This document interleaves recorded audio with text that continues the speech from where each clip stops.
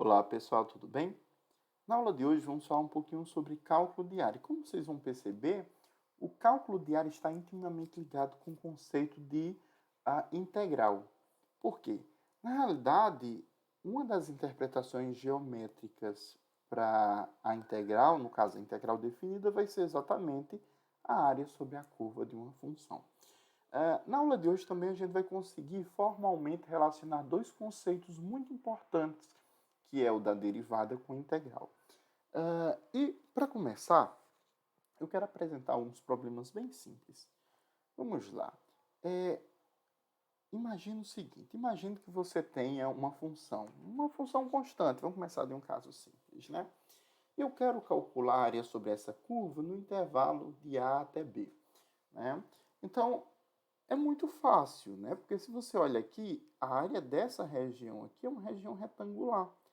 Então, a área de um retângulo é base vezes altura. A base desse retângulo é quem? Vai ser B menos A. Ok. E a altura? Essa função é uma função constante, igual a C, então vai ser exatamente C. Ou seja, a área vai ser B menos A vezes o C. Ok. Mas agora, se eu quiser calcular a área de por exemplo, aqui uma função de primeiro grau, né? Y igual a, sei lá, mx mais n, né? Ao querer calcular a área sobre essa região aí, essa curva, eu preciso de uma região, né? E você percebe que é formado aqui o quê? Um trapézio, olha. Você consegue formar um trapézio. Perfeito. Bom, calcular a área de trapézio é simples também. Eu preciso base maior mais base menor vezes a altura dividido por 2. Olhando aqui, eu percebo que a base menor seria esse carinha aqui, olha, ele mede C.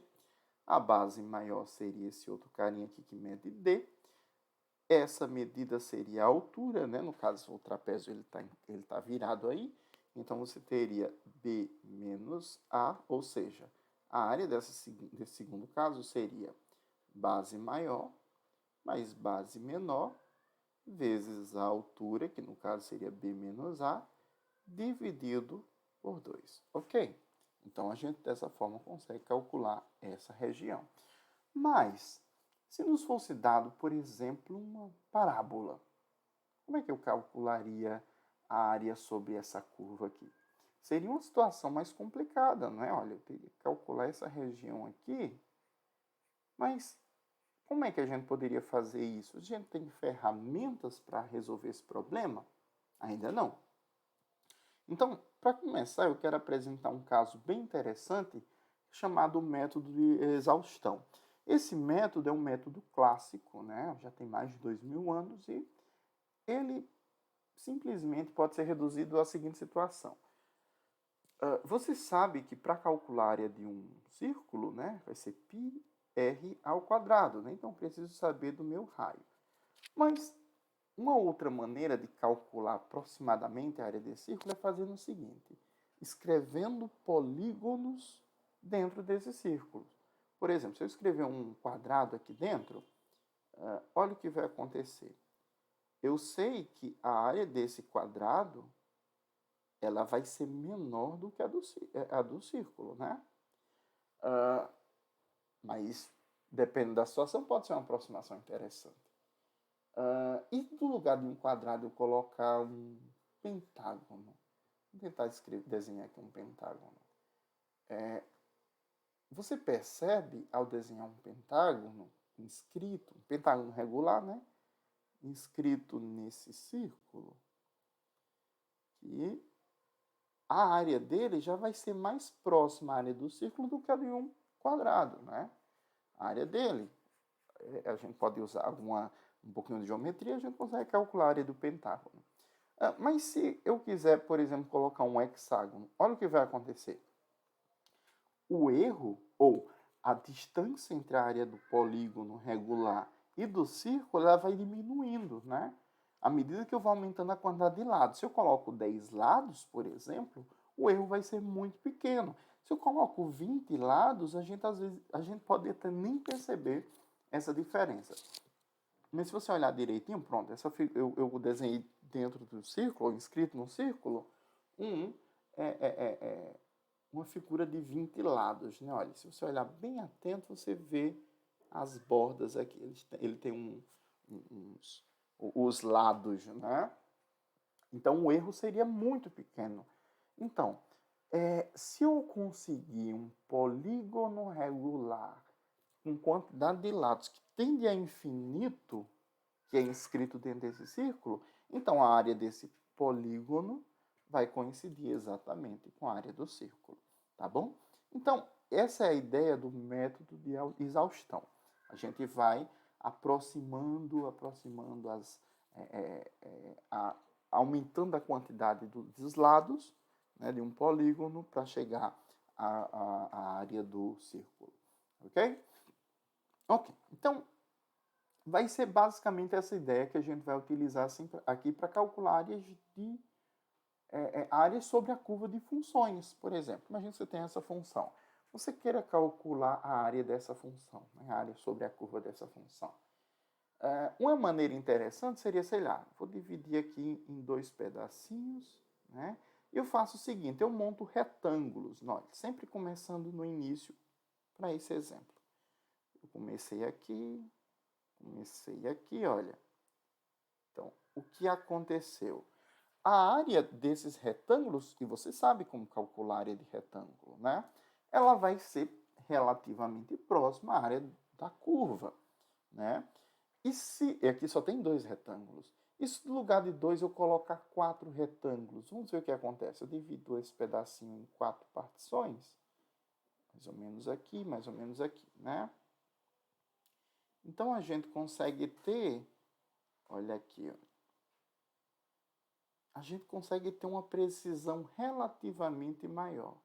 Olha, aqui, aqui e aqui. Pronto. Você percebe que, em comparação com 2 retângulos, você vai ter uma aproximação maior. Se você colocar 10, se você colocar 1.000, se você colocar 1 milhão, né, o que está acontecendo? Esses retângulos eles estão diminuindo, né? Automaticamente a soma desses retângulos vai se aproximar, ou a área da soma desses retângulos vai se aproximar à área da curva, quase como que a gente fez lá no método de exaustão no slide anterior. Então, por exemplo, aqui eu peguei uma situação com 6 retângulos, né? Só uma observação, perceba que quando eu estava trabalhando neste primeiro caso, eu estava usando as alturas dele sempre sendo no início. Aqui eu estou usando as alturas dele sempre sendo no finalzinho, tá vendo? Então, olha, na realidade a altura pode ser no início, pode ser no fim, pode ser no meio. Na realidade, mais do que isso, pode ser em qualquer região aqui dentro desse intervalo, tá bom? Então, olha, eu tenho vários retângulos, eu vou ter o início, que seria o ponto A, e o fim, que é o ponto B, né? Eu vou dividir as partições aí em pedacinhos, vou usar pedacinhos iguais, né? Então, quanto vai medir cada pedacinho desse? Ora, para medir isso, você pode simplesmente fazer o seguinte, B menos A e divido pela quantidade de pedacinhos que você tem. Nesse caso, eu dividi em 6. Então, seria desse jeito, tá bom? Ok. Isso daqui a gente vai chamar de um certo delta, né? Um delta x. Então, isso daqui seria as bases dos meus retângulos. E quanto vai ser a altura? Neste caso, olha aqui a altura desse. Vai ser exatamente a função no ponto C1. Já esse outro, a função no ponto C2. A função no ponto C3 e assim sucessivamente, até a função no ponto C6. Né? Então, aqui eu vou ter, olha, base vezes altura. Quem vai ser a base? O ΔX, que foi calculado dessa maneira, vezes a altura, que seria o f de C1, mais, aí eu venho para esse outro aqui, esse retângulo vai ser quem? Vai ser o ΔX também, vezes f de C2. Eu vou fazendo isso até o último elemento, né? O ΔX vezes f de C6. Então, ao fazer isso, eu vou conseguir uma área. É a área sobre a curva? Não, mas vai ter um erro relativamente baixo. E à medida que eu aumento a quantidade de partições ou a quantidade de retângulos, como vocês podem perceber, a espessura desses retângulos vai diminuindo e o erro também vai diminuindo, né? Então, eu vou conseguir chegar próximo à real área dessas curvas. Então, a gente pode dizer assim, olha, você percebe que isso é uma soma, né? Então, a gente pode reescrever isso através de somatório. Eu posso dizer que a área sobre a curva é aproximadamente a soma das áreas formadas pelas alturas vezes a base, né? A área de cada um desses retângulozinhos, né? A gente pode generalizar isso dizendo assim, olha, que as somas parciais podem ser dadas exatamente pela soma desses retângulos. E quanto mais retângulos, mais próximo vai ser a área, mais próximo vai ser a área da soma com a área real. Então, eu posso só escrever aqui como forma de somatório, tá bom? Ok. Como isso, a gente tem uma definição bem interessante, que é a definição de soma de Riemann. Soma de Riemann foi basicamente o que a gente acabou de conversar. Vamos para a definição. Seja y igual a f de x, uma função contínua não negativa em AB. A área sobre a curva y igual a f de x, de A até B, é definida dessa maneira. Olha, vamos lá, vou dizer logo. O limite, né, dessas somas parciais quando ΔX tende a zero. Pense comigo. Quando o ΔX tende a zero, quando o ΔX vai diminuindo, a quantidade de retângulos ela vai aumentando automaticamente.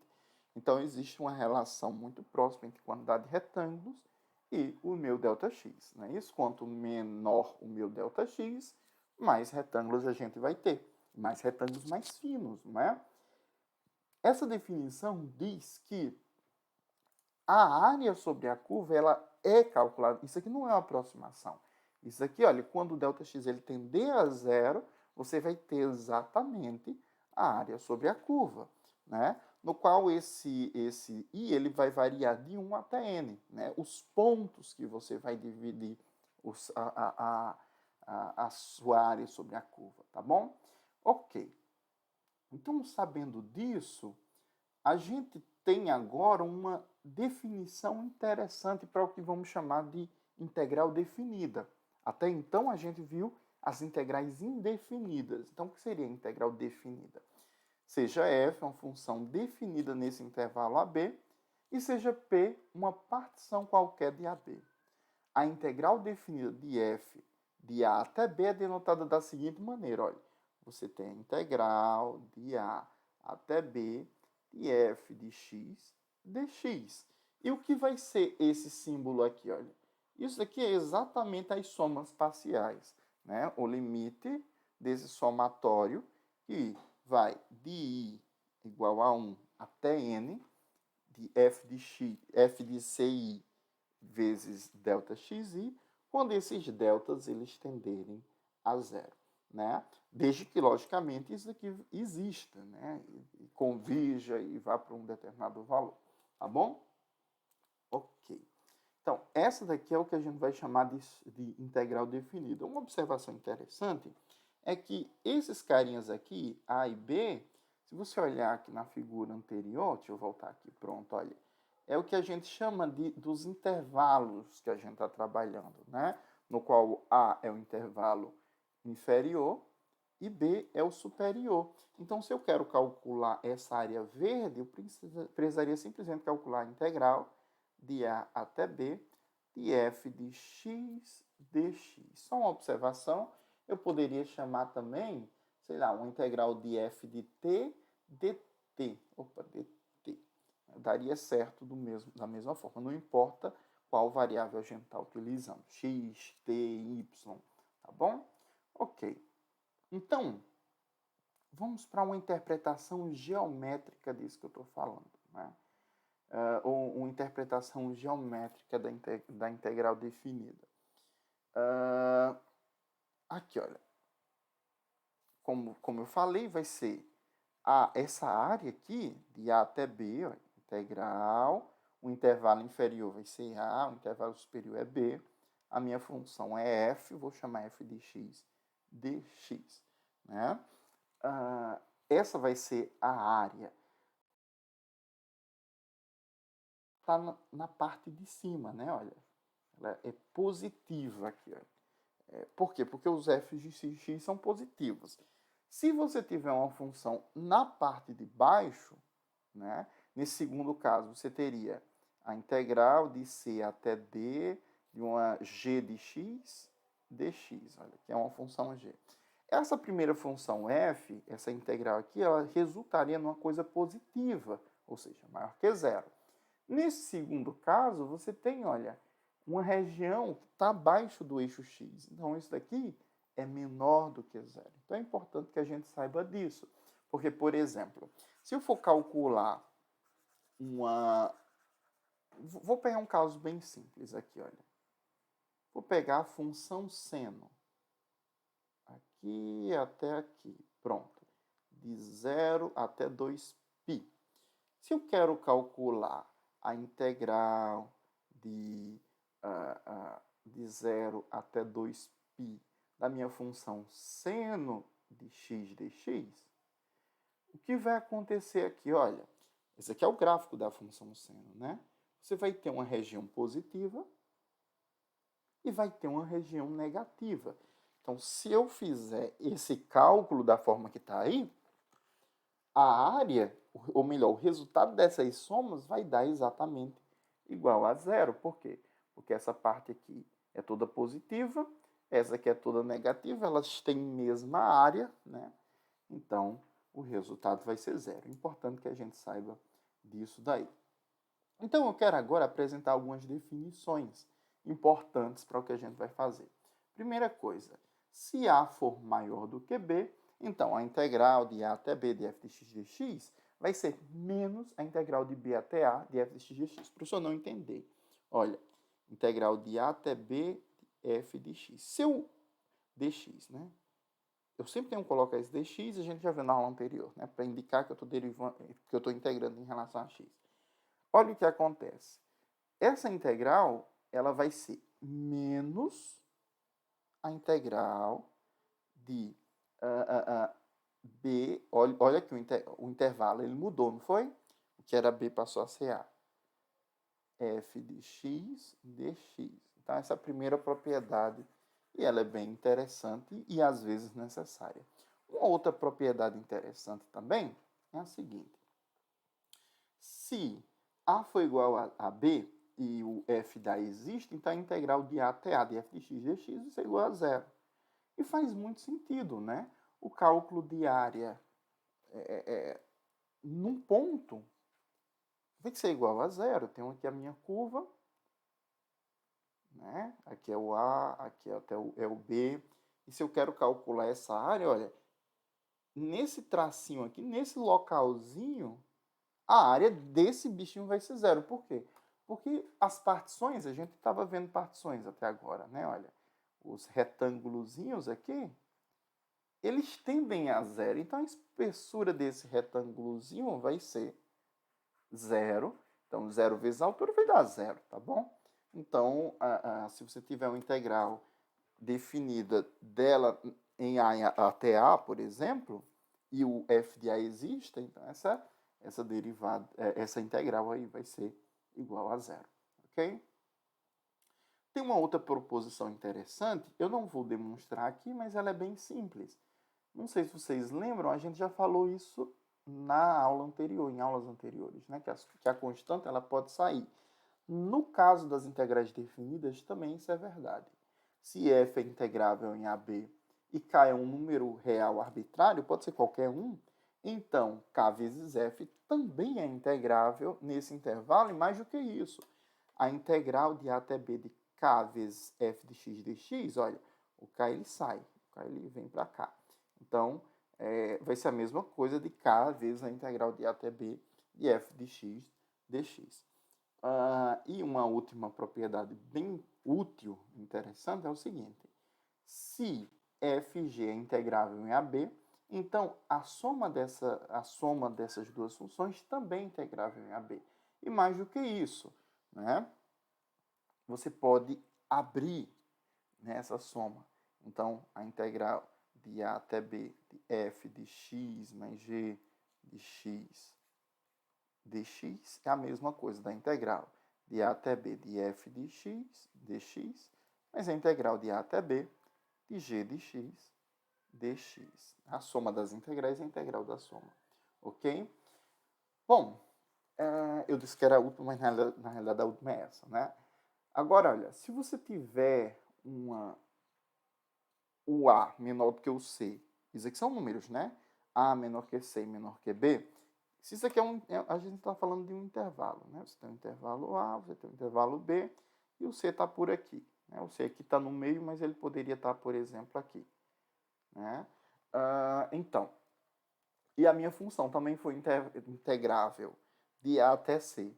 E em C, de C até B, então f ele vai ser integrável de A até B. E mais do que isso, a integral de A até B de f de x pode ser dividida em dois pedaços. A integral de A até C de f de x dx, mais a integral de B até C de f de x dx. Professor, não entendi. Deixa eu ilustrar aqui com a figura. Olha, eu posso calcular essa área aqui, né, integral de A até C de f de x dx, mais, aí eu vou até mudar de cor aqui, eu posso calcular essa área aqui, né, que é a integral de C até B de f de x dx. Né? Então, o que eu faço? Eu posso particionar. E com isso, nos dá a possibilidade de explorar mais alguns outros tipos de funções. Imagina aí que você tem uma função definida por partes. Né? Uma, por exemplo, mais ou menos assim, olha. Aqui é uma reta, aqui dá um salto, aqui é uma constante. Ok. Pronto.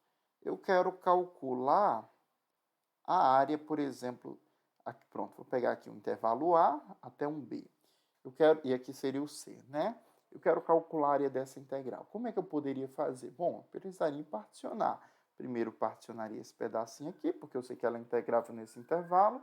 Depois particionaria esse outro, calcularia a integral nesse outro, né? Então, dessa forma, a gente conseguiria calcular a área total sobre essa curva aí, tá bom? Ok.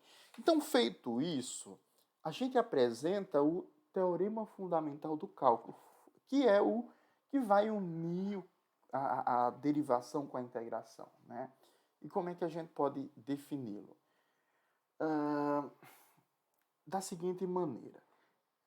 A gente já viu nas integrais definidas um negócio chamado primitiva de uma função. E quando é que isso é verdade, né? Quando é que vai existir uma primitiva de uma função?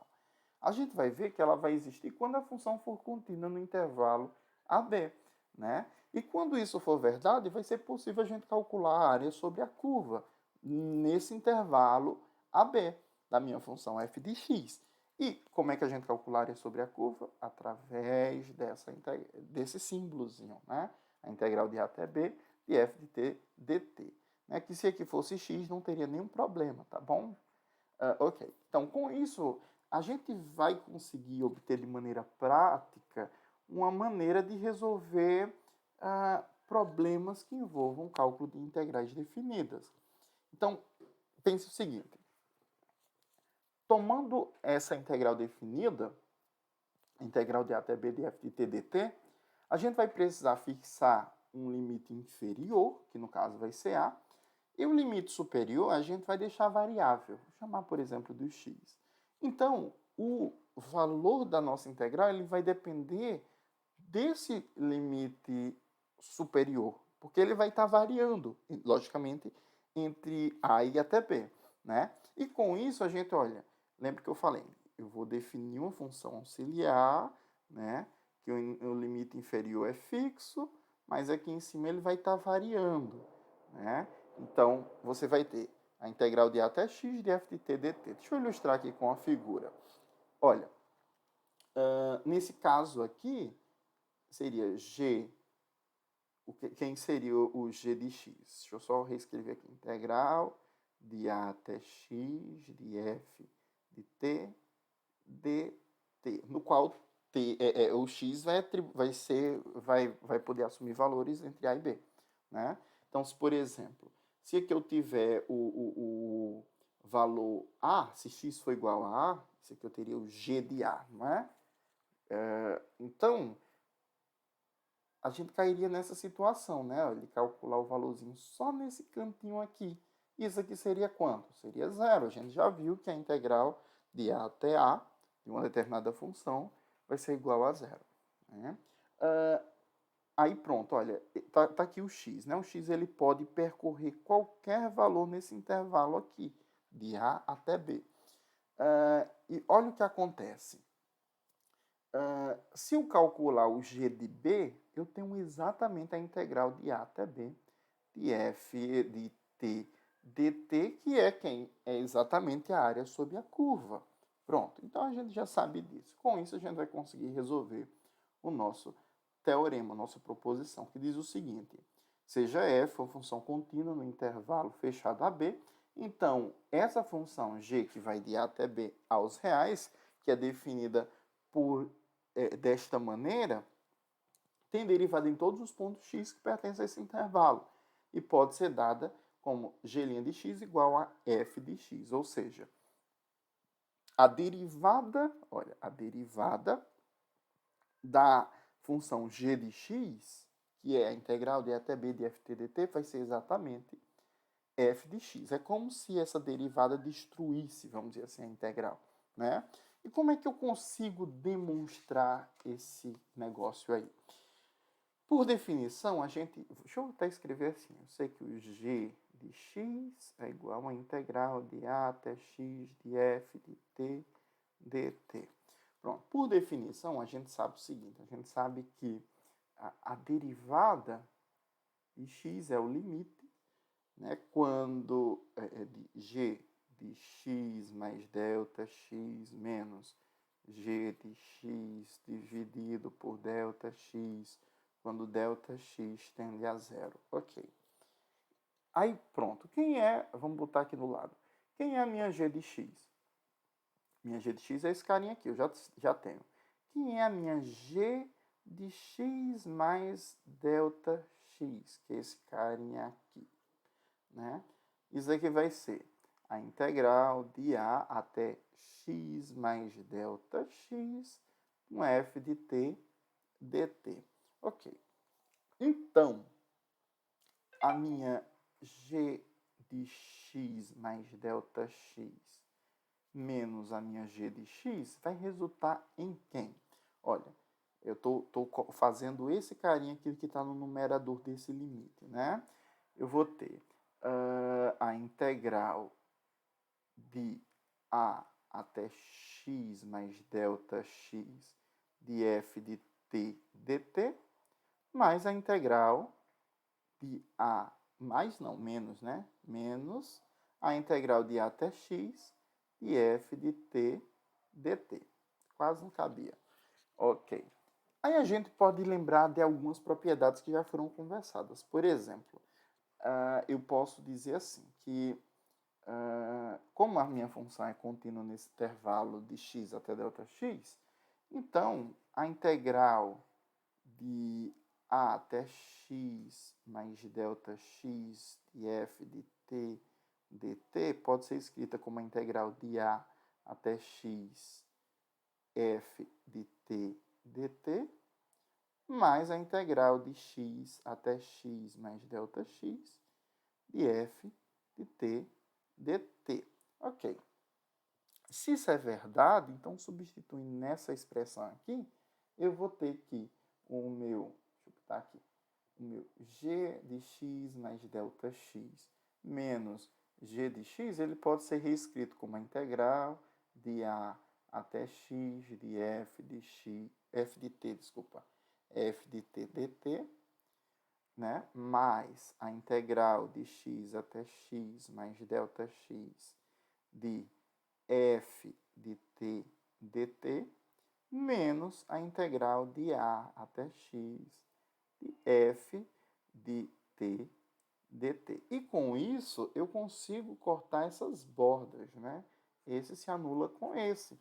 E a única coisa que me sobra, vamos lá, a única coisa que me sobra de g de x mais delta x menos g de x vai ser igual a quem? Vai ser a integral de x até x mais delta x, né?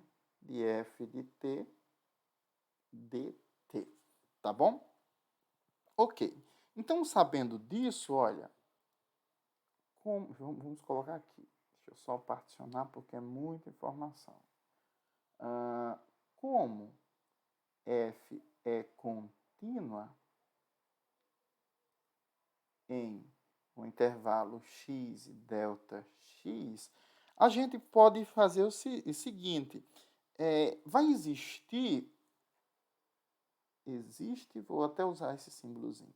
Existe um x barra dentro desse intervalo, né, que pertence a x delta x, tal que a gente pode fazer o seguinte, que a integral de x mais delta x de f de t dt é exatamente quem? Um intervalo superior mais delta x. Esse aqui é o intervalo superior, né? Esse pedacinho aqui. Menos o intervalo inferior, x, vezes f desse x barra, desse valorzinho aí que está nesse intervalo, ok? Então, esse carinha se anula com esse, então a gente tem exatamente quem? Delta x, f de x barra, ok? Então, olha que interessante. O nosso carinha aqui se resumiu exatamente a delta x, f de x barra. Então, voltando para o nosso limite, eu vou substituir agora. Deixa eu até mudar de cor.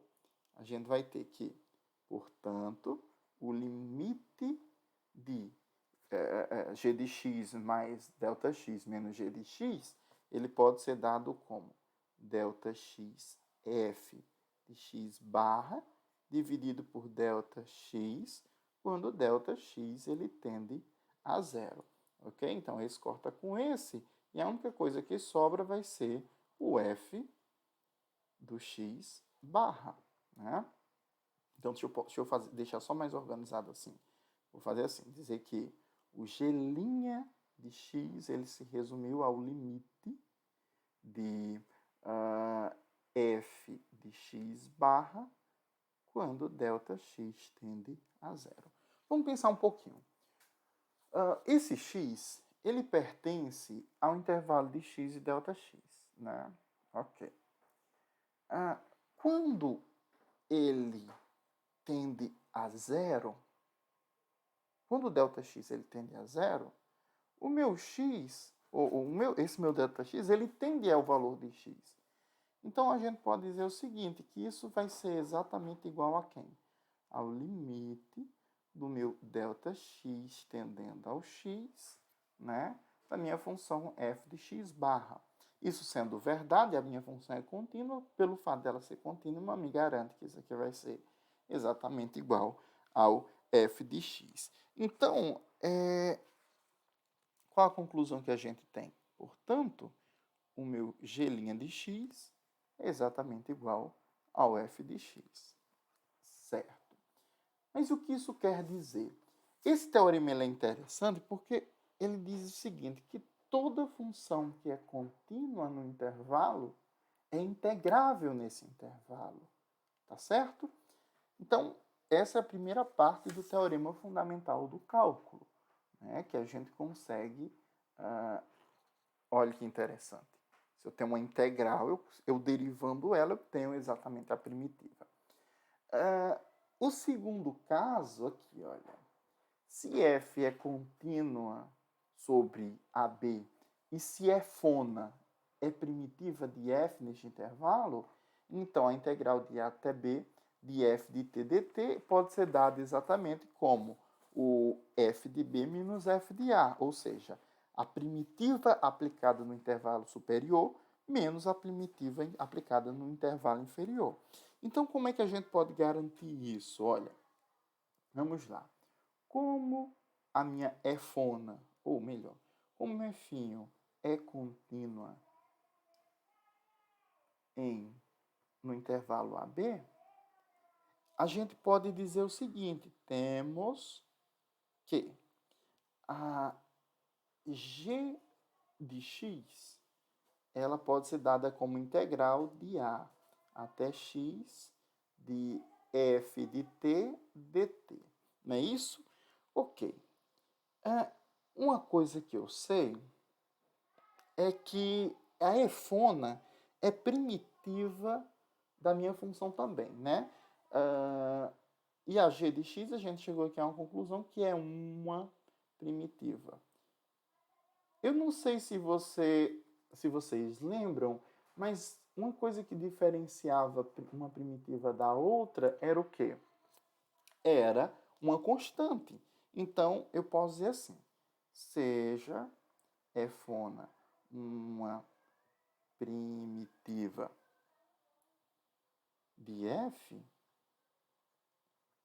então, se isso é verdade, eu tenho o seguinte, que a minha f de x, ela vai ser igual à minha g de x mais uma constante c. E se isso é verdade, né? Isso é verdade para todo x que pertence ao intervalo AB. E sendo verdade isso, eu sei também, olha aqui, eu sei que o g de a, a gente já viu, que era integral de a até a de f de t dt, que era igual a zero, não é isso? E eu sei também que a minha g de b é exatamente a integral de a até b de f de t dt. Ok. Calculando a diferença,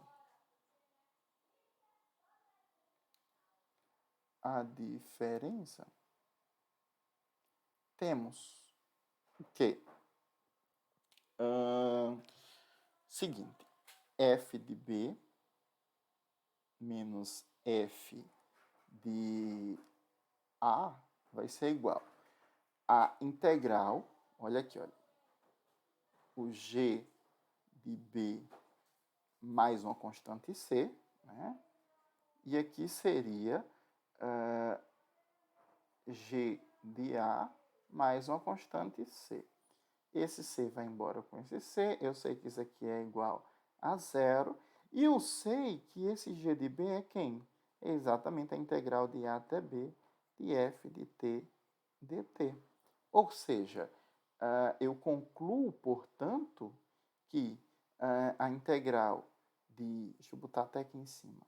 Portanto, eu concluo que a integral de a até b de f de t dt, ela pode ser calculada como f de b menos f de a. Tá bom? Então, a gente encontrou uma maneira muito simples agora de calcular a área sobre a curva. E para ilustrar, eu quero fazer o seguinte, eu quero resolver dois exemplos bem simples. Calcular a seguinte área, ou a seguinte integral definida. A gente sabe que isso daqui é uma reta, né? Uma reta que passa pela origem, né? Então, a área sobre a curva seria assim, olha, de 1 até 3. Vamos fazer o seguinte, vamos comparar o resultado usando primitivação e usando o que a gente já sabe. Aqui vai ser 1 também, aqui vai ser 3, né? Vou fazer do modo do trapézio. A gente sabe, olha, que essa base menor é 1, essa base maior é 3, essa altura é 2. A gente sabe que essa área vai ser base maior mais base menor mais base maior vezes a altura dividido por 2, ou seja, esse valor daria 4, né? Aí aqui, olha, o que eu posso fazer? Eu posso calcular a primitiva, só uma observação que eu acabei não dizendo, né? Se eu faço assim, olha, a primitiva x ao quadrado sobre 2. A gente já sabe que a primitiva de x é x ao quadrado sobre 2. E esse intervalo de integração, como é que eu posso colocar? Eu posso colocar ele assim, 1 entre de 1 até 3, né? Pronto. Agora, dizer isso é o mesmo que dizer que a minha primitiva é aplicada no intervalo superior menos a primitiva é aplicada no intervalo inferior.